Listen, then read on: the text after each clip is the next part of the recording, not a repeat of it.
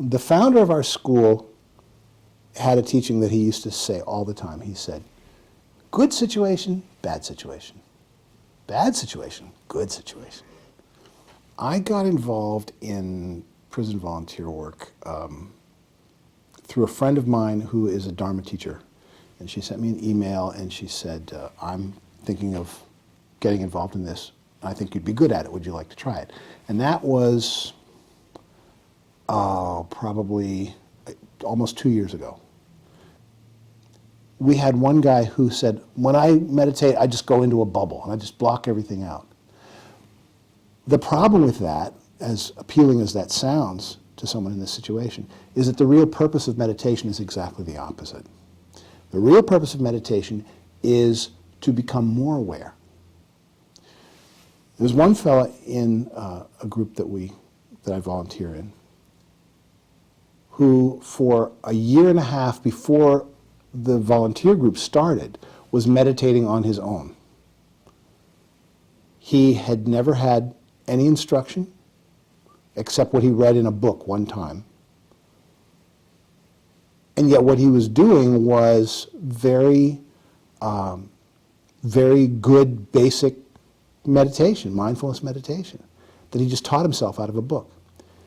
And he was doing this for 18 months before we got there. And I said, how often do you do this? He said, every day. I said, when do you do it? 5 in the morning?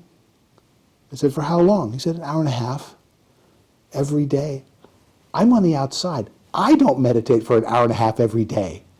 Sometimes I'll miss a day. Well, what this taught me is you can't miss days. People in prisons have jobs. People in prisons have relationships. People in prisons have all the same kinds of challenges that we have on the outside. It's maybe a more dangerous environment.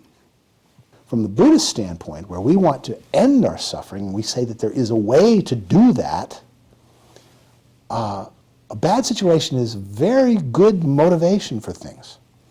So even though I don't live in a prison, when I walk in there, I'm acutely aware of what that situation is. I mean, every move I make, everything I do, the clothes I wear are governed by rules. It's even more so for the inmates, of course.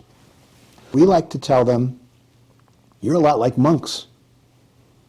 Someone tells you when to get up, someone tells you when to go to bed. Someone else decides what you're going to eat, someone else decides when you're going to eat it, and maybe they'll decide you're not going to eat it. Everything you do, you have to ask permission, and there's a whole bunch of rules for everything. It's just like being a monk. Just like being a monk. So be a monk.